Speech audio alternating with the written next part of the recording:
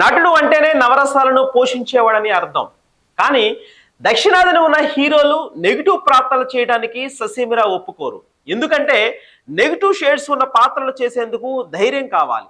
హీరోగా నటించి మెప్పించిన వారు విలన్ గా కూడా మెప్పిస్తారనే రూల్ ఏమీ లేదు. చాలా మంది ట్రై చేసి విలన్ పాత్రలో తేలిపోయిన సందర్భాలు ఉన్నాయి. ప్రస్తుతం సినిమా మారింది.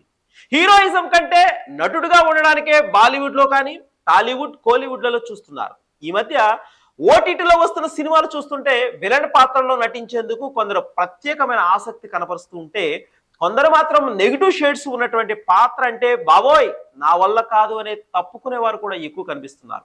మలయాళం హీరో మమ్ముట్టి తనయుడు దుల్కర్ సల్మాన్ ఒకవైపు హీరోగా అన్ని భాషల్లో మంచి పేరు సంపాదించుకుంటున్నా మమ్ముట్టి హీరోగానే నటించడానికి ఇంట్రెస్ట్ చూపిస్తున్నారు తప్ప విలన్ గా అంటే ససేమిరా అంటున్నారు.